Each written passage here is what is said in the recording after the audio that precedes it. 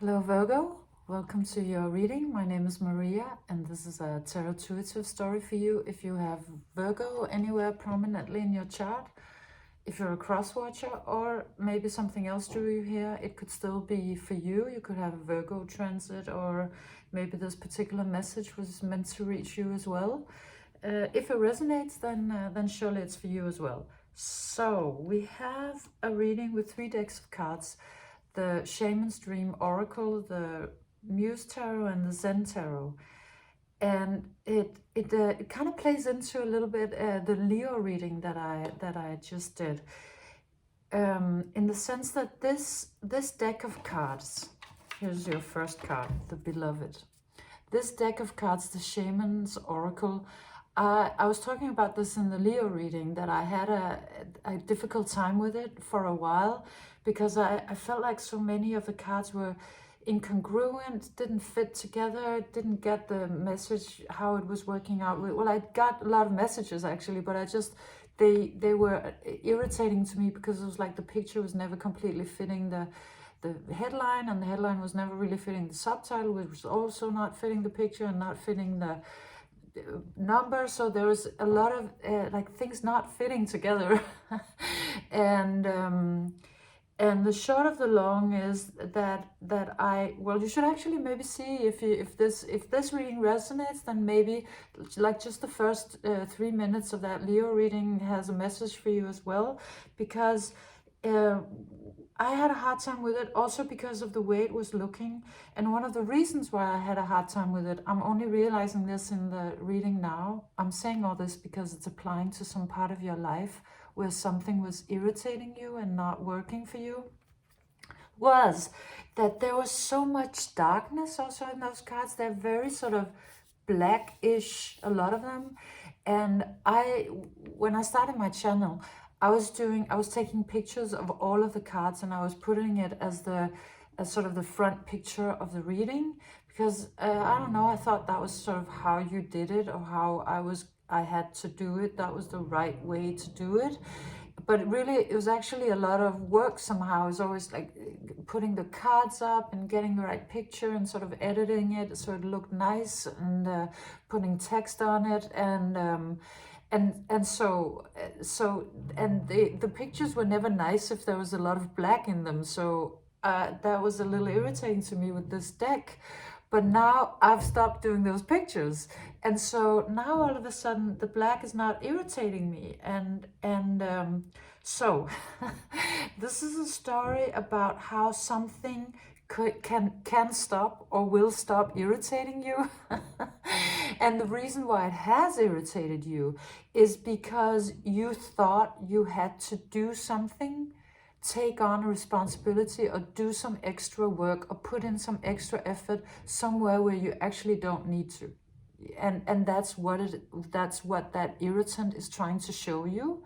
So this could be it could be some work project, it could be your colleagues, your family, your partner, your children, your what's that called? You know, the people that you're in charge of. You know, you may be a boss or a manager somewhere, and they keep doing things that, or they have been for a while doing things that sort of aggravate you, because you think it has to be in a certain way. And this reading is really about letting go of the idea that it has to be a certain way.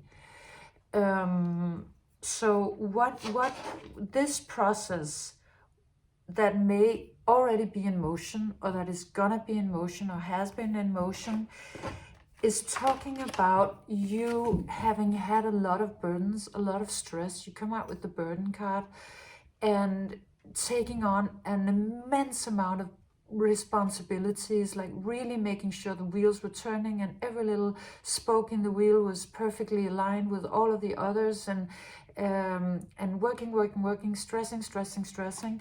And this one, the Beloved, also kind of comes out as, well, it comes out as hot on fire, but sort of on fire because it's stressed, like a little bit of a sort of a, you know how stress can be sort of a fire on the inside, burning sensation, or you could even get inflammation somewhere in the body from stress. If you had that, you already know.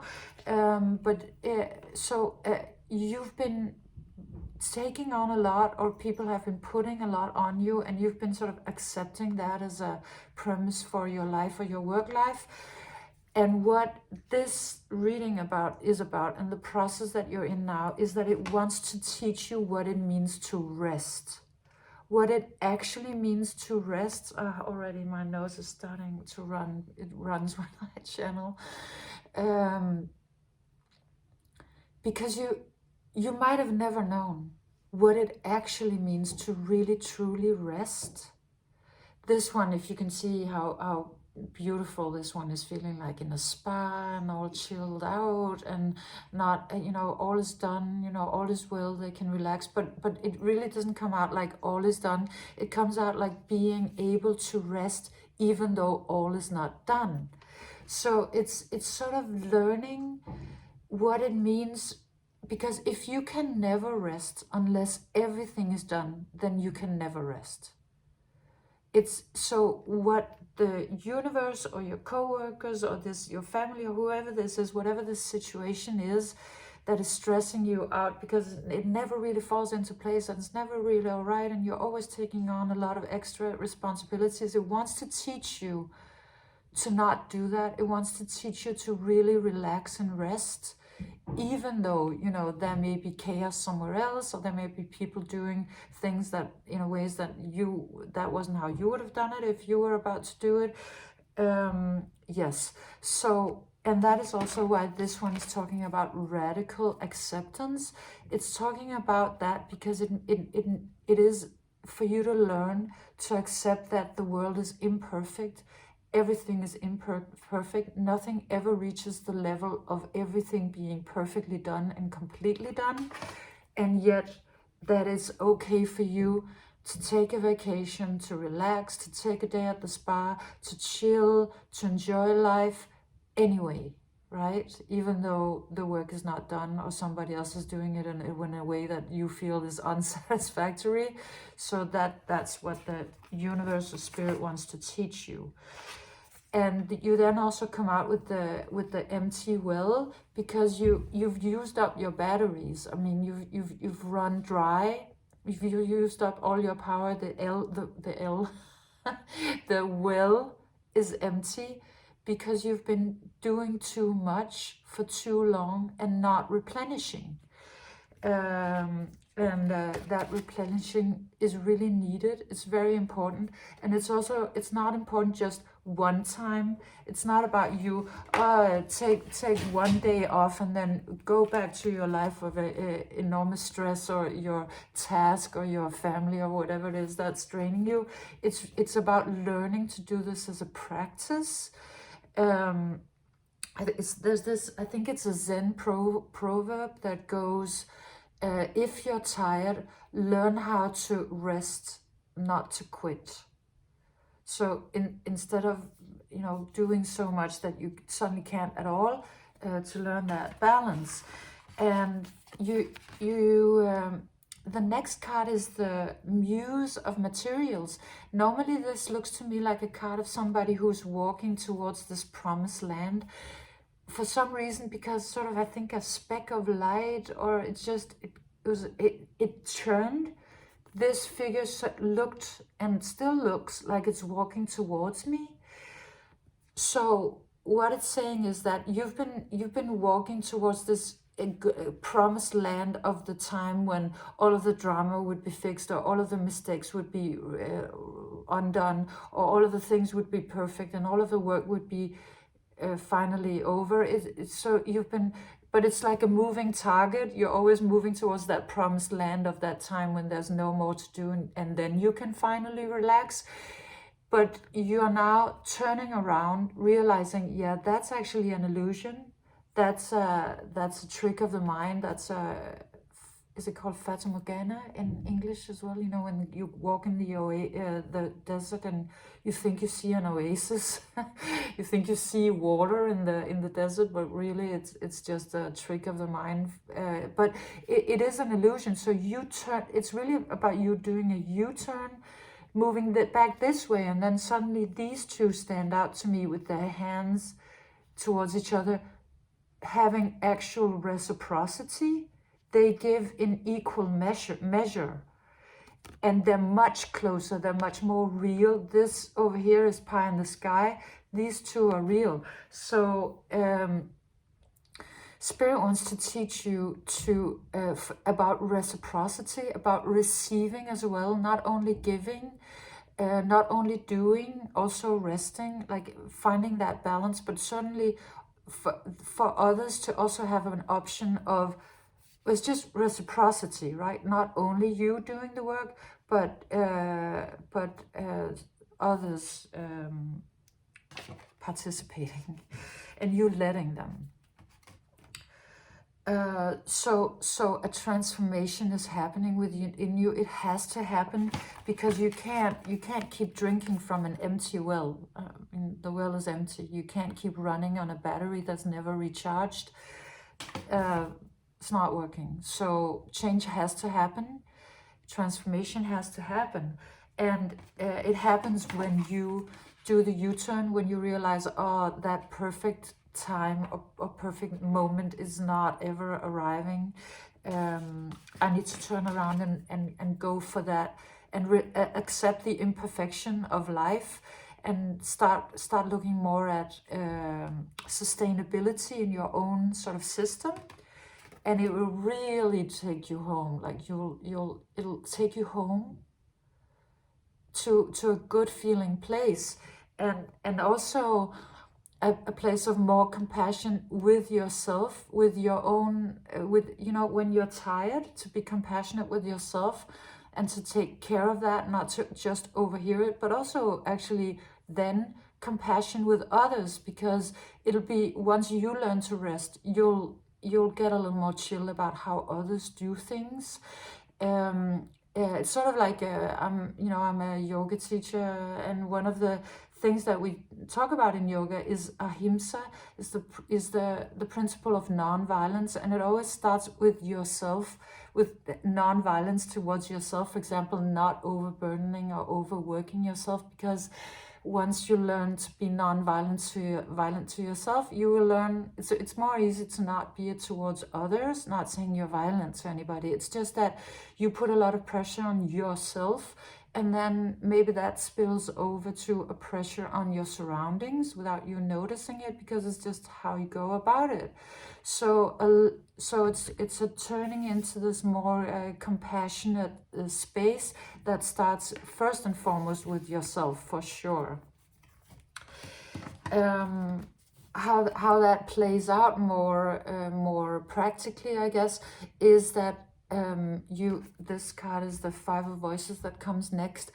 What I saw today, there was these two hands sort of moving these two figures out of the way, meaning it's almost like you move away the sort of a mental habit, or maybe your mind as such. Just, no, I don't want to overthink all the time. I don't want to think all the time. Actually, maybe I don't want to think at all. And letting grace, peace, and this is the olive branch, is about peace, letting that in, but also letting others help you, right? This comes as help, letting spirit help you, letting guidance and help and support come in, instead of you all the time thinking, oh my God, I have to keep it all together. I have to think to make sure it's all running, all the wheels are running. If I'm not here, it's all gonna fall apart. To sort of release that fear and uncomfortableness, and let something higher and bigger and more and others help. That would be very healing to you. It would be incredibly healing to let others come in. And also, this looks incredibly spiritual. It could be meditation, or it could be actually going to a healer and becoming healed, you know, being touched, or getting energy that's sort of that makes you feel good and peaceful again.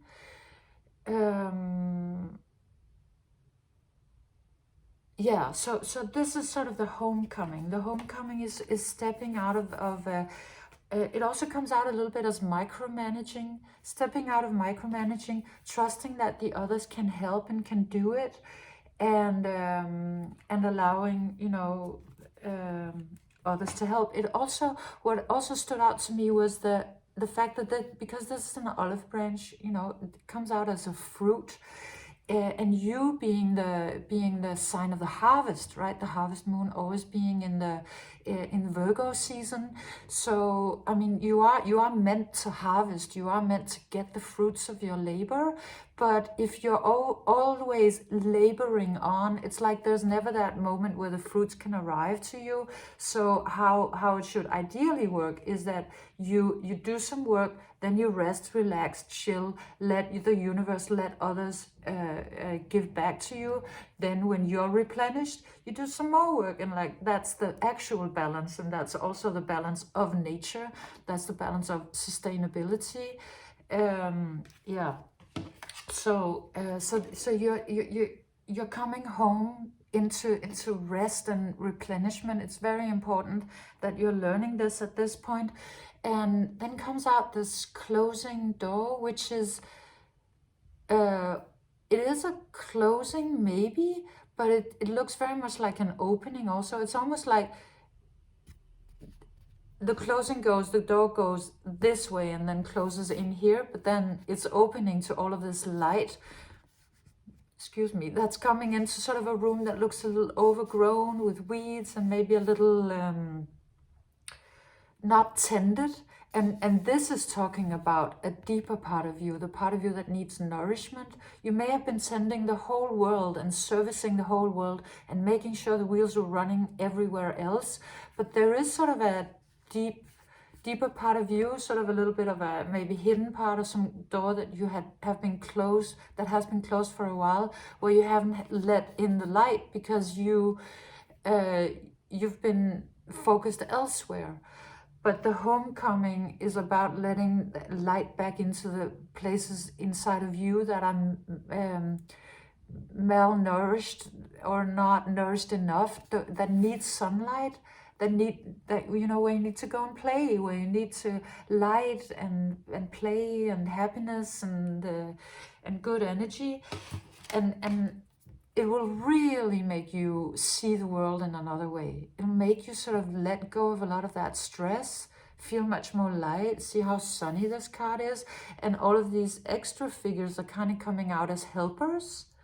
This one came out with the, you know, that if you've ever seen Cinderella, that song where the birds and the mice are like, we can do it, and then they sing this song about how they can sew Cinderella's dress. Because she's working and they want her to have a night off and meet the prince, and so it's about letting others help you, letting that. So a lot of other things can happen and you can chill a little more, and you can see, it will also make you see everybody and everything in another light. Maybe this whole reading is about you being stressed. Maybe you've had a really hard period of a lot of stress and overload, and this whole reading is about how you're moving forward. And you know, when we go into stress, the way the brain works, this is just purely neurological. The more we get into sort of fight and flight modus, the more everybody else looks like irritants and combatants and things that we need to move out of the way. But it's not a truth. It's just neurological, something that happens when we're on fire, when there's too much stress. But it's like all of that is releasing once you replenish and you see that everybody can help and it's all going to be all right. You'll have a whole new perspective, new glasses to see the world with, and it's going to feel much better. So you come to the light. Here's the Hermit, traditionally the Virgo card, And and here's you, you know, finding the light, and the light being to let others help bear the burden that is not all yours. It's not. And then the reading ends with this. Oh yeah, also that there is a lot of goodwill. There's an incredible amount of goodwill around you. Everybody knows how much work you've been doing. It's almost like, yeah, you know it, but it's almost like you yourself don't completely know how much it is. But everybody knows, and they really want to help. But you kind of need to let go of a little bit of things for them to have that possibility. So if you're, maybe without knowing it, you might have been micromanaging. And so to let that go makes it possible for others to come in and actually, you know, take some of that responsibility. This meaning that you come out with the stars in the sky, limitless possibility. Here's you all lit up. This comes out as, if you've ever seen The Last Jedi scene where Luke Skywalker, this is kind of is this a spoiler?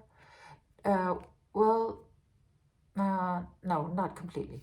So Luke Skywalker is on this rock island, and is able to do something remotely.